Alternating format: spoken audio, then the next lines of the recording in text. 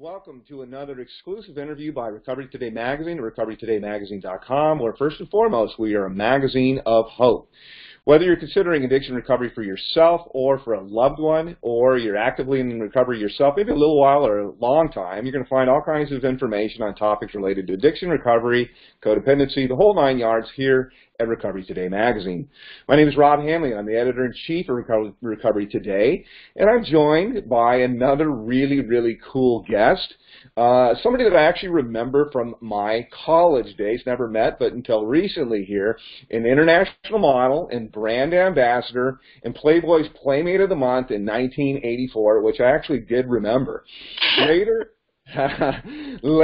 she made guest appearances on everything that you can think of that you would probably do at the time, like Hammer, Matt Houston, Knight Rider, Married with Children, and a whole ton of different kind of movies and things like that. But here's one of the things that's so cool. While we're talking sober for 32 years, last couple of decades, she's been focused her work on as a spokesperson, motivational speaker, and then I absolutely love how she started a free sober house for women in Newport Beach, where she is still the chairman and spokesperson. Welcome, Dona Speir.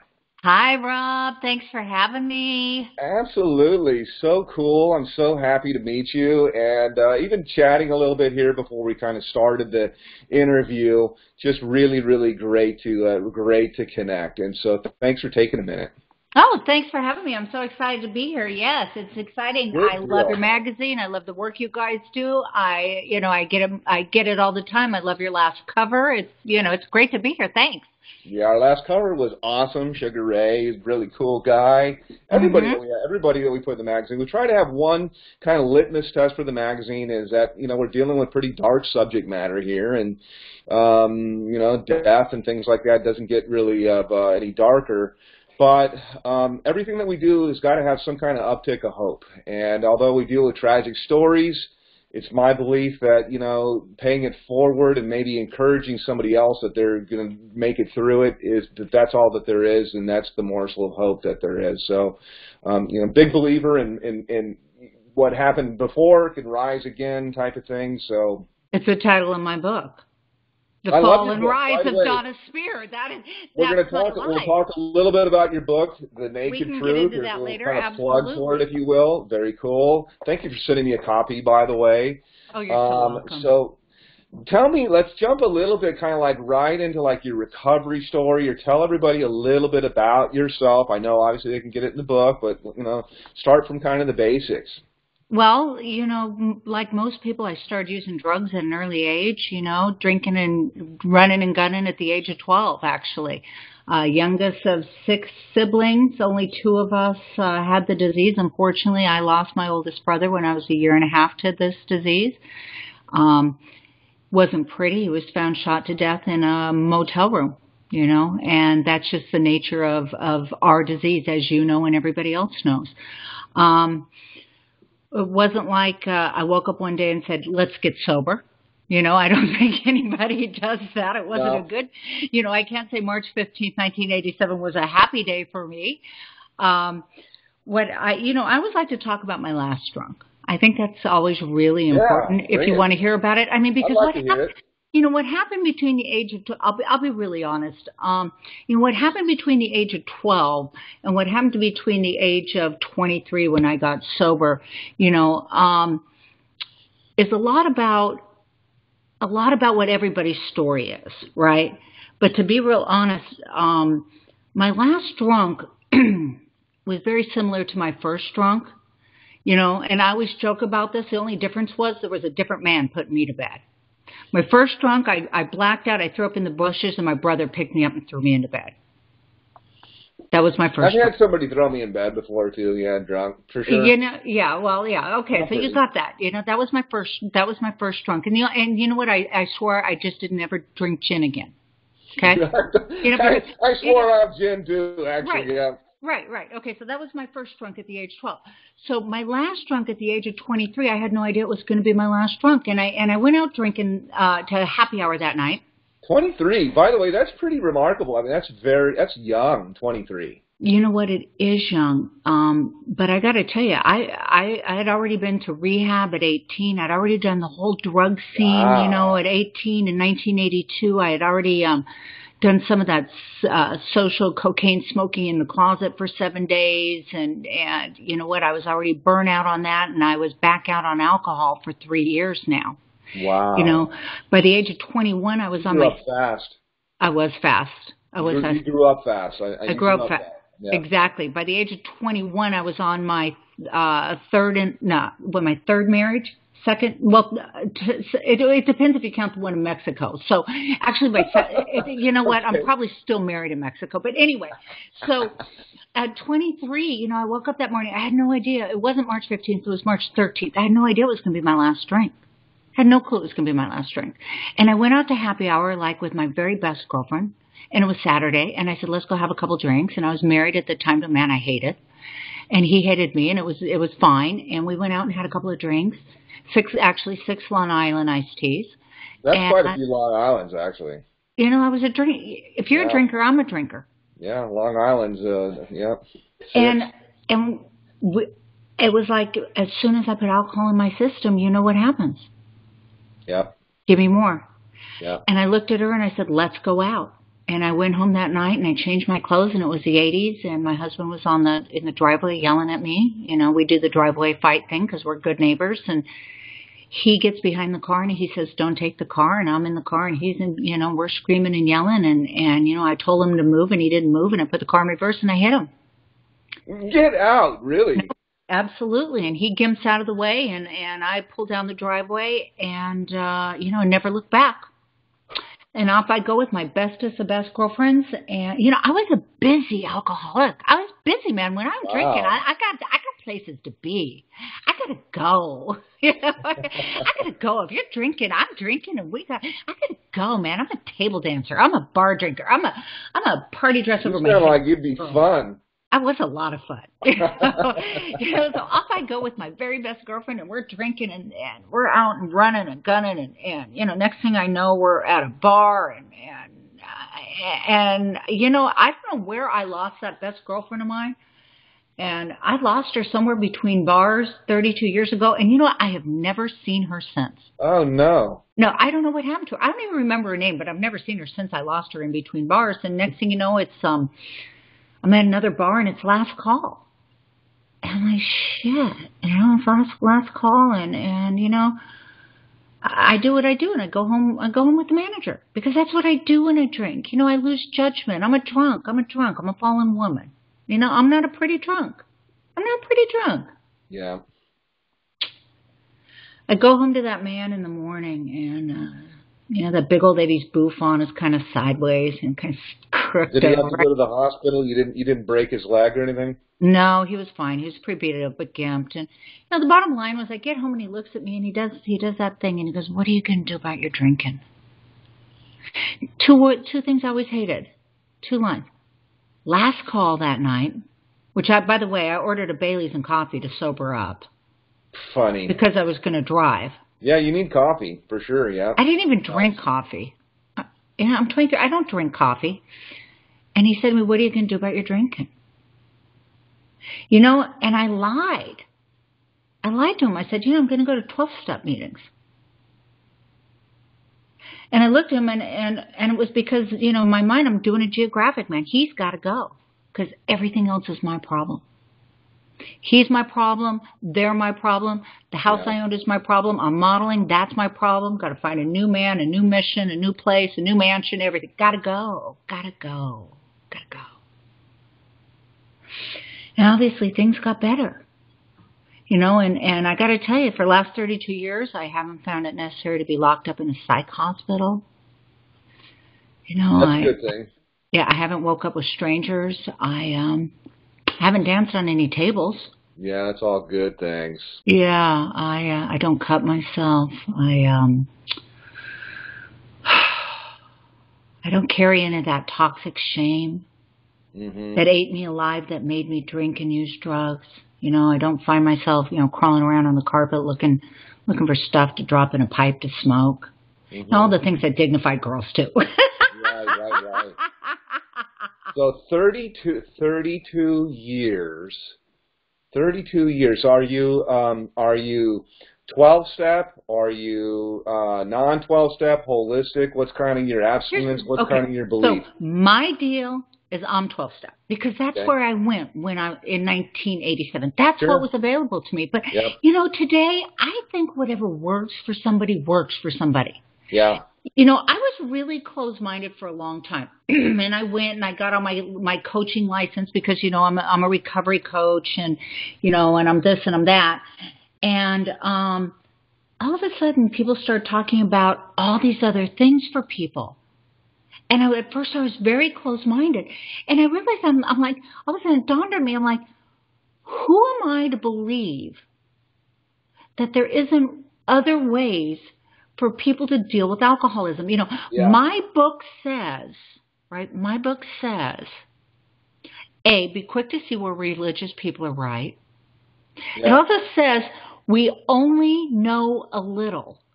God will constantly disclose to you and countless people other things. And that was written a long time ago. You got to look for it, though. I think you got to be open to look for it, though. Right. So what I'm saying is, I know what works for me. Mm-hmm. I'm not willing to change what works for me because I know in my heart of hearts that if it works, I don't need to fix it for me. But what I do know, if it's something else that works for you, like I know a lot of people who've tried what I do, okay, and it doesn't work. But if it's something else that works for you and it's keeping you sober and it's making you happy and it's filling that hole in your soul and it's keeping you sane and it's keeping you balanced and you're getting a well-adjusted life and you're not abusing your children and you're happy in your marriage or your relationships and you're finding an inner strength and peace, then maybe, just maybe, that's your answer. Who am I to say it's not? Do you feel that it's a disease, or what's your thought on that? On that kind of people saying it's a disease? I believe it is. I believe it is. I believe I was born mentally and bodily different than my fellow. I believe there is something wrong because I know for me when I take that first drink, I have no clue what's going to happen to me. Is it like a gene thing then? Is it a gene thing and maybe it went to your kids or my kids or it skipped a generation, or what's your thought on that then? I can only speak out of experience. I'm not a doctor. Yeah. Okay. And I make that really clear. There's no MD behind my name. I'm not Doogie Howser, all those things. I don't know my family history except that they're dysfunction after their name because my parents don't talk about their parents. My parents were not alcoholic. My father wasn't. My mother needed a drink. Yeah. Okay. My son doesn't have the disease. My ex-husband and I are both sober. Okay. Could it be because of the way... This is the GIMP ex-husband that you ran over ex-husband or a different... No, this was another husband. No, I was married for 10 years. And I write about him in my book. I married the love of my life. In sobriety. Nice. Yeah. Yeah, and because How many years does he have? He's got almost 30. And unfortunately, we're not married anymore. We're not married. It talks about in our books, Boy Meets Girl on AA Campus, and unless you're spiritually well, that our greater handicaps will come up and bite us in the ass. Yeah. And you know what? Even with 5 years when I married him, I wasn't well enough, even though you couldn't have told me. I think that is interesting. One of the things that comes up is we had Russell Brand, comedian and actor, was on one cover feature about a year ago. And I always know comedians are so smart, but God, this guy's like super smart and really deep too. What a cool, really cool interview that our editor Sherry did. And one of the things that he said that surprised me a little bit was he said that he thought it was a spiritual disease. And I thought that, it was interesting because I didn't think of him as any particular religion or anything like that. Whether he is or not, I don't know. But I think that what it is, my personal belief is that the stuff is probably a genetic propensity, but then also that there is some kind of a hole or a deficit or some underlying, we talk about, there's underlying issues, type of thing. And that's my that's my belief. Again, we don't care. We don't care, and I don't right. personally care about how somebody gets. Just stay sober, be nice, be a good person, right? Grow, etc. So that's kind of what I think there. Let's get into one of the pieces that came through on the back of your book here, as well as just a chapter. And we were talking before I hit the interview button here about what I think is the greatest crime, or society. I'm sure that society considers the greatest crime that is out there, and that is hypocrisy. As I said that before we were recording that, like, if you're a rock star and you're known to a partier and you got hookers in your room and bags of coke and things like that, it's not even news. Right, right. Somebody that, if you're somebody that is the wholesome, trusted, this, that, and the other, and it turns out that you are some kind of a sheep or a wolf in sheep's clothing, they'll crucify you. And so you have in your book a really, raw kind of a thing about, I think personally, a wolf in sheep's clothing. That's, Mr. Jello Pudding. That's Bill Cosby. And I think this is why people have been so angry at him, is because, Fat Albert, Bill Cosby, Mr. Huxtable, and all this kind of stuff. And then now there's, heinous things about roofies and whatever is true or not. My belief is, it's probably a big mountain of stuff, probably true, or a lot of it true. So share with us a little bit about kind of your, how you met Bill Cosby and that whole deal there. Right. As I was sharing with you earlier, so I wrote in my book, The Naked Truth, The Fall and Rise of Dona Speir. It's funny. I wasn't even going to put anything about Bill Cosby in there. Isn't that interesting? Yeah, that is. And when I sat with my co-writer, Chris Epstein... It's not like it's clickbait or something like that. No. Well, here was the deal. I was writing my memoir, right? Because I've had these wild experiences, and a lot of them sober, right? Yeah. Because I've been sober for so long. And as we were sitting, Bill Cosby was actually, I think, in trial at the time, or getting ready for trial or something. And we were sitting taping. And I was telling him about the sexual abuse that took place against me as a minor by a girlfriend of mine's father, who posed as a photographer when I was 15 years old. Okay? I'll crucify that guy. I'm sorry. Yeah. And anyway, so I was talking, and I had dealt with a lot of this trauma early in sobriety, and I put it away. I had put it away, not like stuffed it away, but I bring it up when it helps others. And I identify with it because it's no longer shame I carry. I don't own that any longer. It's not mine to own. It's an experience I experience, but I don't own it. So regarding Cosby, we were talking, and Chris Epstein, who, by the way, has written like 30 books, and I just want to say this. The man who co-wrote this with me, he had just finished doing John Oates' memoir from Hall & Oates. So he's a huge writer, this guy who wrote this for me. Yeah. I mean, he's getting ready to do the Doobie Brothers. So this book is just a wonderful book. I was just really blessed to have him as a co-writer. So he says to me, Dona, so what happened after this horrible sexual encounter that went on for a year with this horrible pretend photographer of a girlfriend's father? And I said, I went to an agency and I landed this Seiko watch commercial with Tatum O'Neal. Wow. But the agent said, you have to get new photos because these photographer were sham photos. And I went, fine. And I went and I shot these beautiful photos. And if you look on the back of the book, that ghost shot of me is me at 16. Okay? Wow. And the photographer shot that. Okay? And I took that photo and I had just gotten it. And my neighbor across the street saw it and goes, I played tennis with Bill Cosby in Vegas. She was a tennis pro. Why don't I bring it to him? This was all within a month of stopping that sexual abuse with the photographer, which, by the way, had led me to psychiatric units, severe cutting, numerous overdoses, just holes in the wall, insane behavior. And the behavior had just stopped because of that commercial I had shot, and that picture, it just stopped. My parents were so grateful. They were older, and they were so grateful. She brought the picture to Bill, and Bill called my house immediately. And Bill talked to me, and he talked to my parents and said, would it be okay if your daughter came and shot Captain Kangaroo in Pittsburgh?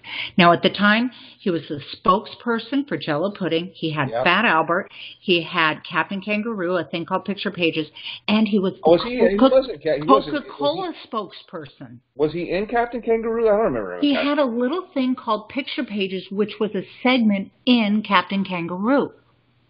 And what was the other thing? Jell-O Pudding, Captain Kangaroo? Jell-O Pudding, Coca-Cola, Fat Albert,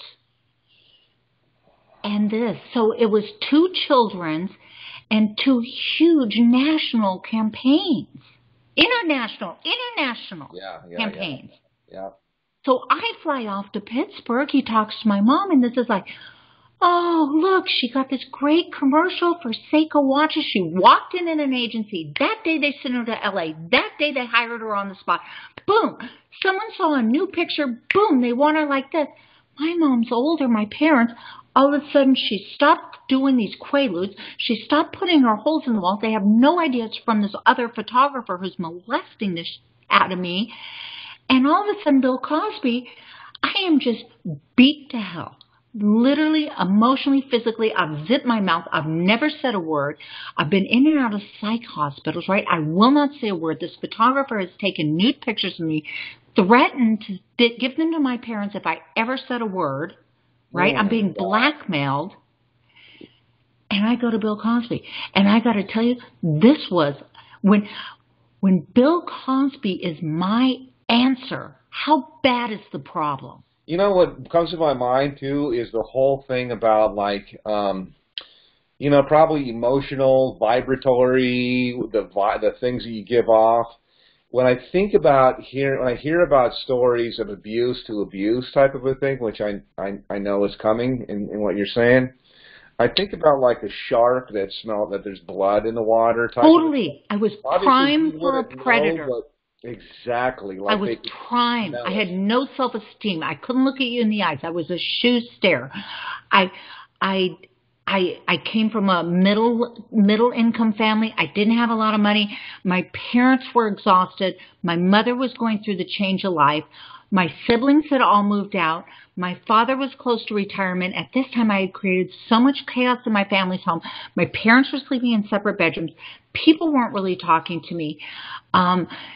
And I was lost. I was alone. I was clingy. I was needy. I was scared to death.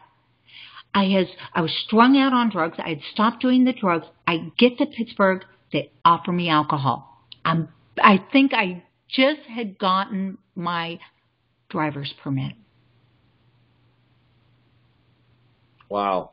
He is 42 years old. I am 16. He's 26 years my senior. It's so creepy. Within a couple of days, he asked me if I want to fly to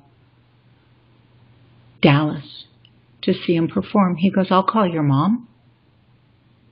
Yeah, what's there? I mean, it's Bill Cosby. It's not like it's, some right. And people ask me, I think the biggest question I get asked was, how did your mom not know? How could she? Because after a while, you see, you understand. After a while, he took my parents on a lot of vacations. My family, my sister couldn't get pregnant. He'd send her flowers. He put us up in Vegas. He sent us to Bill Harris Ranch in Iowa, private planes. The very first trip, I got on the Coca-Cola Lear and we flew to Dallas. Come on. I'm 16 years old. I'm a baby girl. And the first thing he does, just like predators do, the night after, I was drunker than drunk the first night we were together. I have no idea if he drugged me. I know I was drunk. I woke up. He was gone. A knock at the door. Now, this is 1980, 79, 80, 81, somewhere in there. A knock at the door, and there is a man from the hotel with a package from Neiman Marcus, and I write all about this in my book. I open it up, and in there is what to me looks like a bowling bag. and it's a purse, which I didn't understand. I'm 16 years old. I'm a little girl. I open it up, and it's a bowling bag. It's a brown bag with LVs all over it, and it looks like a bowling bag. And I'm looking at it, and I'm going, what is this? Why would he? It says, to Donna, love, Bill. And I'm looking at this, and I'm going, what is this? Why did he send me this ugly brown thing? This ugly brown vinyl thing. What is this? It looks like his suitcases, but I don't understand this. What is this? It looks like his suitcases. It was a Louis Vuitton purse. I had never seen one. That's funny. I wasn't exposed to that kind of thing. You see? Funny. You see, the grooming was starting. Oh, the grooming. Wow. You understand? The grooming was starting. I didn't understand. I didn't understand. I'm a child. I didn't have my driver's license. Yeah. What the hell do I know about Louis Vuitton? I get it from your parents' perspective too. Like, well, he's going to afford. Is it okay if we? It's Bill Cosby, though. I mean, he's like, it's Bill Cosby. Like, what could be wrong? Like it's something. Why in late 70s, early 80s would a man 26 years my senior want anything to do with a young child? Yeah. An African American, nevertheless, Yeah. And so that's the number one question. Why did my mom ever suspect? No. And the reason, my family did not know about this abuse until the day Bill Cosby was put in jail. Stop. Wow, that's crazy. They didn't. None of them did. And what happened was the author of my book wrote we were in the middle of writing my book. He wrote an article on Medium. And he put it out on Medium, and I copied the link, and I sent it to all my sisters. Mm-hmm. And I never would have come out had my parents not passed. And I sent it to my sisters, and that's how they found out. Wow.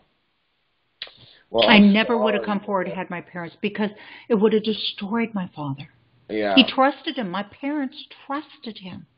Yeah, and as a father of a 16-year-old girl myself, yeah, I'd want to take somebody's head off. But then also there's the how could you let that happen type of thing. So that's. Could you imagine sitting at a dinner table with someone who is molesting your 15-year-old daughter numerous times, and then your daughter coming to you late in her 30s, 40s, and saying, by the way, he molested me? How stupid would you feel? How disgraced would you feel? How would you feel like you didn't protect your daughter? I loved my father. I adored my father. The book, I have a love story with my father. I adored him. I never could have done that to him. Yeah, I get it. And you got to remember, for years, I thought it was my fault. It was my fault. I was a bad little girl. How did I let this happen? Bill got very terrible to me. He got very mean and vindictive. He's a very mean man. The very last thing Bill said to me when I went into treatment at 18 years old, he kept calling the treatment center. He called my mom. My mom said I went into treatment for cocaine. Kept calling the names up on the board, the little tag, Bill Cosby called, the payphone, Bill Cosby called, Bill Cosby called, Bill Cosby called, right? I'm an 18-year-old little girl, barely 2 months over my 18-year-old birthday, Bill Cosby, because I broke it off with him. Prior, he's trying to get me back. I finally call him back, and he goes, you know what, Donna? You were a lot more fun before you got sober. That's pretty sick, man. That's bad. In my book. So how long did it go on? A couple of years? That went on for a couple of years? On and off, a year and a half or so, 2 years. So let me fast forward a couple of things. You bet. Moving on. That sounds bad. Bad. I feel bad, actually. And I'm sure that, now we hear about Jeffrey Epstein and all the other things like that. There's a lot of So you saw what I sent you about shattering the silence. Yeah. That's my new mission right now. Yeah. Yeah. That leads me right into kind of like, so take me through from, then there's the launch into Playboy. You're the Playboy Playmate of the Month. And I get sober at 18. I'm out of treatment. I put some weight on. This is just a fluke. Someone walks me into Playboy. I couldn't get a job if I tripped over it. Agent walks me into Playboy. boom, without thinking. I mean, you got to remember, a lot of my life as addicts, we don't think about where we're going. We just kind of show up and stuff happens, right? I get out of treatment literally in June. In August, I'm shooting for Playboy. This is when I'm 18 from cocaine, okay? Within 1 year, I took a drink because I quit going to meetings. I didn't do what I was supposed to be doing. Starts a repetitive cycle. I go out on alcohol for 3.5 years. Of course, I get married again. Then I meet someone. I start doing these crazy movies. I get married to the guy I hit with the car, because I'm going to church now because I'm bad. I'm never going back to those meetings, right? I get married again. I mean, I do what I do. I drink. I use men. I run around men, money, mansions. I'm at the Playboy mansion. I mean, I'm doing all kinds of crazy stuff. I throw it all in my book, all the craziness I did drinking and running Hollywood and running and gunning and doing all that. And then I start this series of films, right? By this crazy man named Andy Sedaris. He sees me. I can't act my way out of a paper bag, Rob. I can't act. I could barely put it down and burn the same sentence, for God's sakes. And they hire me to star in these movies. The first movie, I'm so drunk, it was, I can't hit a mark. I can't hit my light. I'm late to production. I showed drunk on set. It was horrible. And I'm the star. Wow. They hire me back for another one. And then I end up doing 7 of them. But you know what those 7 films did for me after the first one when I got sober? They gave me the ability to show up on set and work for 30 days, come home and work with others and go to meetings. They gave me that money. That's good. Well, then there's something that's good. Something good came out of it, obviously. And I 12-step people were buzzing around the set going, what happened? You've changed. What's going on? What are you doing? I'm going to meetings on set. I'm going to meetings on location. Pretty soon I'm 12-stepping people on set. Craziest thing. I talk about all my experience traveling 12-stepping people in the book. Because that's what God wanted me to do. God wanted me, I was a terrible actress. He sent me to all these weird locations to 12-step people. Next thing you know, I'm starring in a thing at the Sands Hotel Casino. I'm headlining at the Sands Hotel Casino. I can't dance. Wow. I don't do stand-up. God insists I moved there. I turned it down forever. I go there. Next thing you know, I'm caravanning all these people to meetings. Literally, in my car. I'm like, God literally has just guided me through my sobriety to work with others. I am a pure vessel, and that is how my sobriety has gone. I am completely open. And I just am open to whatever it is. I wrote the book, and I saw where it's taken me. And now I'm working with Shattering the Silence. Take me through a little bit of the foundation. What the house in Newport Beach, the women's house, and then tell real how quick. did that start? Real quick, it came to me. I'm taking women in like I've always been taught. You bring them into your house. They don't have place. Newport Beach. I'm living in Newport Beach. I'm divorced from the father of my child. I'm close to 15 years sober, and I'm in a divorce and we're fighting over money. I'm fighting over money. Okay. And one day, I heard a voice, and it said, stop fighting. Stop fighting everything and everybody. Just like I did when I was 7.5 years sober. It said, surrender. It came to me, it said, stop fighting. And I signed the divorce papers, and I signed everything over. And I'm working with these women, and I'm seeing them struggling,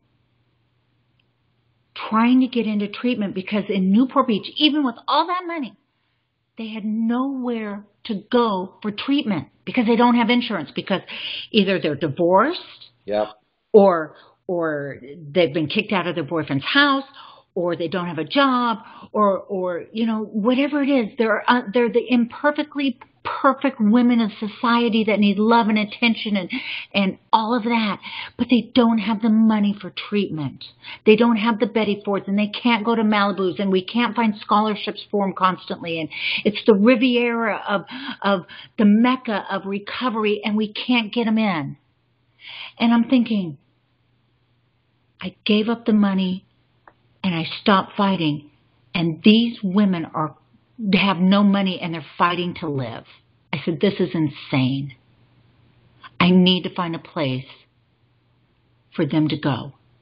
And I'm not fighting for money for them. And And it literally came to me to open up a house. The opportunity came. And so I knew nothing about it. I had a 10th grade education. I got together with a few people. I said, this is the idea.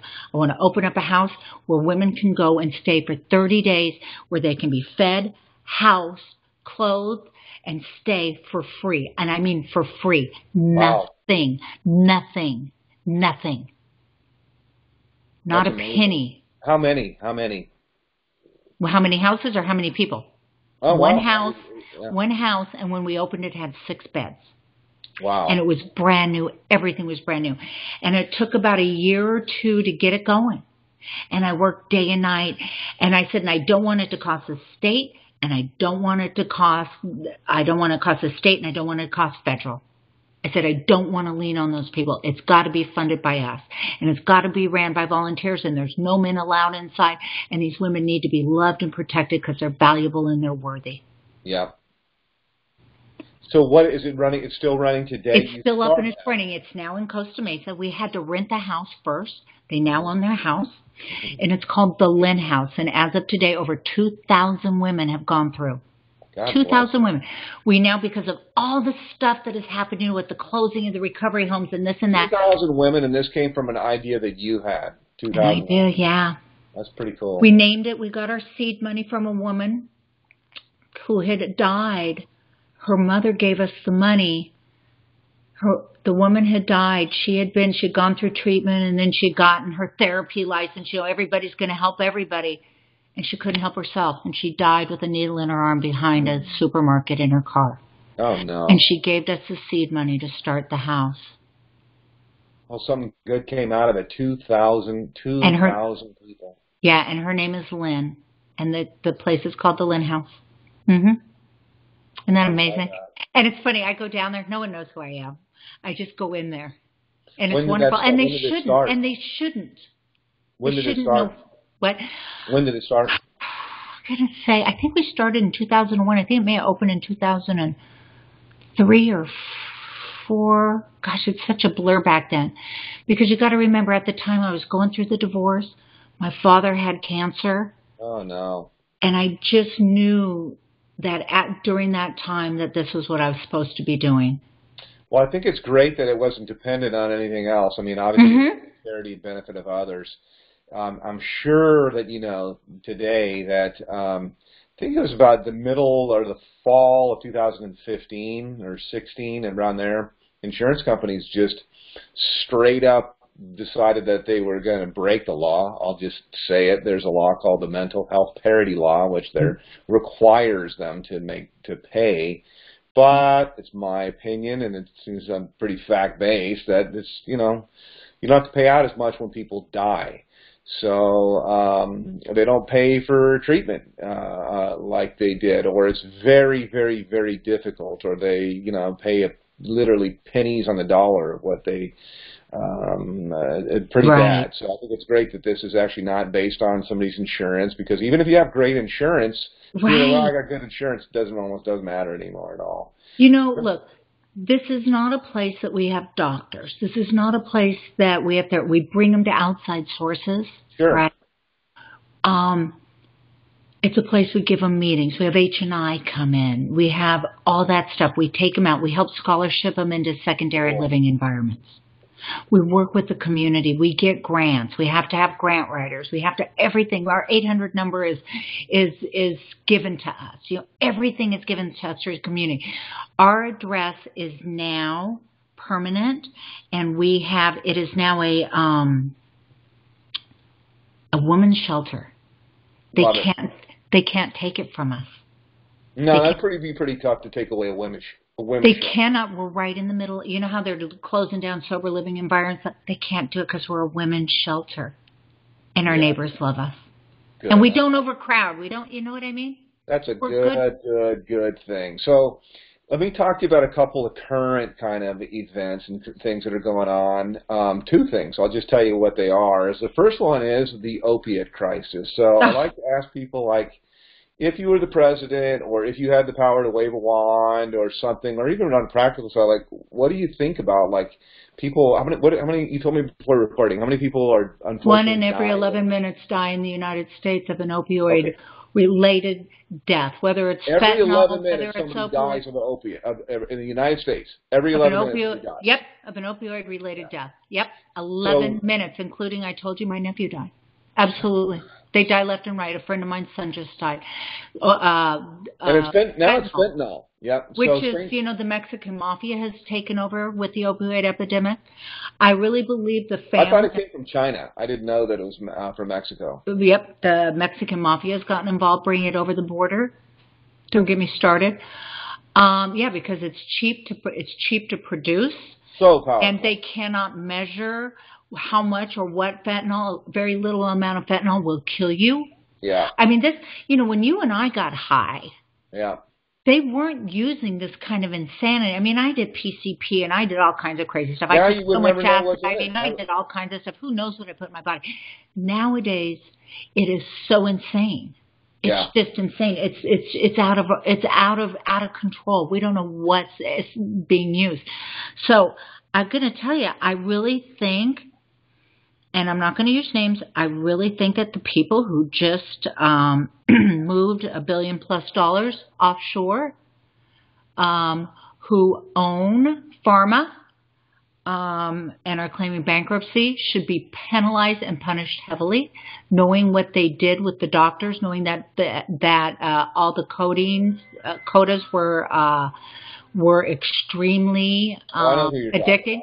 Yeah. Pardon? Yeah, the family. Mm-hmm. Knowing that it was addictive. Yeah. Telling the doctors that it's not addictive, right? Exactly. Knowing it was addictive, telling the doctors it wasn't addictive. Yeah. And all of the tactics they used to have the doctors push the drug.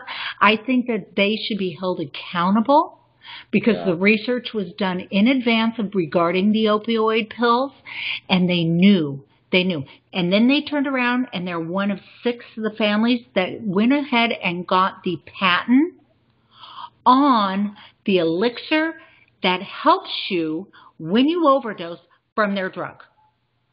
So they got you coming, and they got you going. That would be naloxone, or what is it? One of them, yes, one of them. Yeah. So they know they've got you on both ends. They make money. On both ends. Shame on them. Shame on them. Just egregious. So what do you think we should do? Obviously, do we eliminate opiates entirely, or... I don't think it would hurt if we eliminated opioids entirely. You know what? The doctor just doesn't give you any, you get something, what happens when you get other surgery? things, we were doing fine without opioids before. Yeah. We were doing fine. Like morphine, even back in World War II, you had morphine, right? Vietnam, and give a guy a morphine shot. They weren't distributing morphine pills like they do now. Yeah. Obviously, it wasn't an epidemic. So that leads into my other question, and that is about CBD. So my personal belief, I think that it's actually something that not the non-psychotropic, that it's something that can really help with it was something like surgeries or pain or some things like that. And but it's something that's really out there first and foremost, and not everybody has, obviously, my opinion. What are your thoughts? Okay, honestly, I'm still doing research into that. Mm-hmm. I'm looking into it. I don't know enough to give you an honest opinion.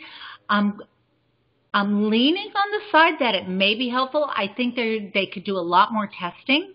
Mm-hmm. I think that we may have actually overlooked something for years that could actually do something beneficial for us.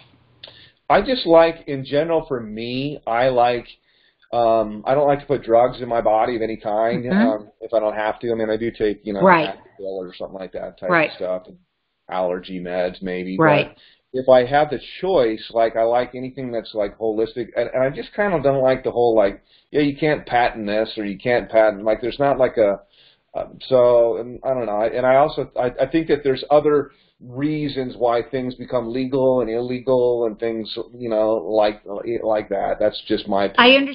I understand what you're saying. I think Big Pharma has gone out of control. The drug companies over the years, it's just such a political agenda. I don't I have no personal experience with that. Mm-hmm. So I don't have a lot to say about it. But it's going to be interesting as we continue to do more research, and it comes up like it took a lot of years for the opioids to come to surface, for us to know more. And it's kind of like the whole vaping thing with the dab, right? Yeah. It took a while for this. The dab is such a concentrated amount of THC that now we know it's destroying the inner lining of our lungs. Yeah. Okay? Yeah. We didn't know that. We didn't know that. We're now learning that it's killing people. Yeah. Okay? But I think now we're just kind of touching. And it may be something that's really good. Maybe. My opinion is the thing as you're saying that, I'm thinking like, well, we know that opiates are bad, or we know what opiates do is bad, but even then, I'm not even entirely sure. I think even that there is a place for, personally, if I got in some kind of serious pain thing, this is just me, I probably would, I would take it. The last time, it's been many years, I dislocated my shoulder, and I just remember, it had been about a week. And then I started thinking like, oh, I wonder if it's time for my pain pill yet. And then that was like, oh, that's a really bad, because I like it. I like how that makes me feel. So that's a really, really, bad, kind of bad sign. But right. Is my shoulder hurting? Maybe it is. Maybe I should. Right. Isn't it time for, that? Right. Yeah, we're watching that clock. So how do people get in touch with you? And then I want to plug your book here again. Okay. So we'll have a link in here. You can catch me on Instagram at Dona, Dona Speir Recovery. I do the recovery diaries now. You can catch me there. You can find me at. Okay. Is that just on Instagram or is it YouTube? That's on Instagram. That is what we are doing these days. I do little Instagram IGHD. Oh God, I hate the fact I'm this old now. Thank you. Yes, where I talk about my experiences and goofy stuff and how I apply them to my everyday life and just using the tools of recovery. I've got lots of them. I've been sober a long time. 32 years. Yeah, and I have fun. You know what? I have fun. You hear about me calling the president yesterday. Yeah. Anyway, even though I'm 32 years sober, I do have a moment of insanity, and it always turns out good. So there you can DonaSpeir.com. I've got my website up. I'm on Facebook. You can just where are you going to go with this? Are you going to write more books? I'm in the middle of writing a new book right now. I'm writing a new book. It is not my memoir. That is my Naked Truth, The Fall and Rise of Dona Speir. You can pick that up on Amazon. I've got all 5-star reviews. I'm so grateful. Isn't that wonderful? What a blessing.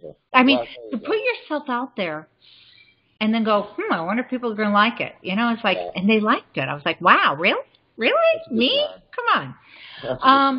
So I'm in the middle of writing. I'm writing a new book right now, and it's really fun. It's really, really, really fun. And we'll have to come back and talk about that. It should be done pretty soon. It's really fun. It's about recovery. It's about rock and recovery, man. Okay. And so I'm doing that. I've also got a thing going on right now called Shattering the Silence. I've hooked up with a gentleman by the name of Bruce Cameron, who is a retired federal agent who dealt with predators. He's one of the only men in Texas who can take people off the Federal Registry predator list. Oh, wow. So he is big. He is a really big guy. He was in the federal prison system, who taught the classes like when you are picked up as a predator, child molester, incest, whatever case it is, and you go to prison for that, you must take classes, kind of like drug classes when you go to prison to get out. And you have to do like, I'm not sure if it's mandatory, but it helps you. You have to take these classes, you have to do lie detectors and all kinds of things. Bruce was the one who taught them. Oh, wow. Bruce and I are now out. We're just put out our press releases. We are now out getting ready to do speaking tours from both sides. Him dealing with the predator and me with the aftermath of the predator. That'll be powerful. Yeah. So it's called Shattering the Silence. Shattering the Silence. Yes. You Terrific. can Well, check. You can find more out about that on my Instagram account, Dona Spear Recovery. Yeah, we'll look for a link. We'll look probably in the article here. We'll have all your social and all your stuff I like would that. We'll love probably you to even do have that. a link in here to Shattering the Silence. You can learn more. That's more really big. it. We just announced that out in New York and on big press releases, etc. And so that's a big one. I'm doing that right now. I'm doing the book, still out speaking on my book, which is a big one that's been really high demand. Wow. I'm really blessed for that. So Good. Yeah. Good. Yeah. Well, I really enjoyed the interview. I really enjoyed spending time with you and getting to know you a little bit. And I mean, you're smart, you're gorgeous, you're empathetic, and then I mean, 32 years. I don't know. There's so many things to like. I mean, I love the women's house, the shelter. Great. And you guys are rocking it over there with your magazine. I love your magazine. Did you get my text? I did get your text. I got your text. I won't comment on your text. Yeah, I got your text. It looked pretty good. So yeah. Right.